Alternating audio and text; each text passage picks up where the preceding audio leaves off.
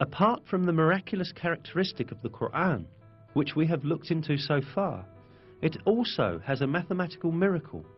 An example of this is the numbers of repetitions of some words in the Quran.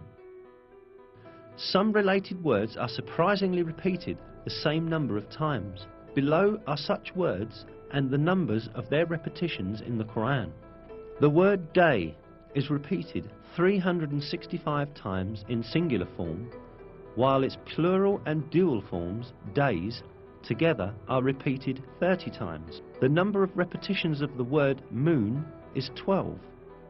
The word punishment is repeated 117 times, while the expression forgiveness, which is one of the basic principles of the Quran, is repeated exactly twice as many times.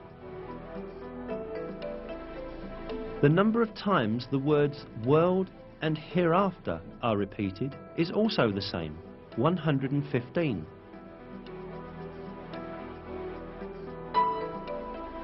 The statement of 7 heavens is repeated 7 times.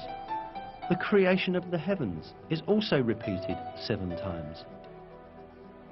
The word faith, iman, without genitive, is repeated 25 times throughout the Quran, as is also the word infidelity or covering over the truth, kufr. The word zakah is repeated 32 times, while the number of repetitions of the word blessing is also 32. The expression the truly virtuous is used 6 times, but libertine is used half as much, i.e. 3 times.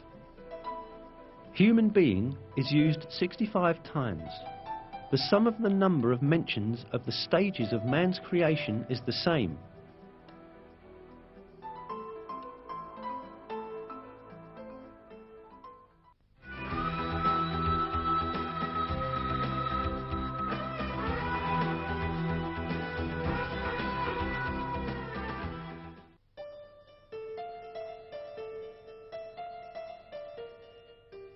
All that we have seen so far shows us an apparent fact. The Quran is such a book that all the news related in it has proved to be true, and facts that no one could ever have known at that time were announced in its verses. Certainly this provides clear evidence that the Quran is not the word of man. The Quran is the word of God, the originator of everything, and the Almighty, who encompasses everything with his knowledge. In a verse, God remarks on the Quran, if it had been from other than God, they would have found many inconsistencies in it.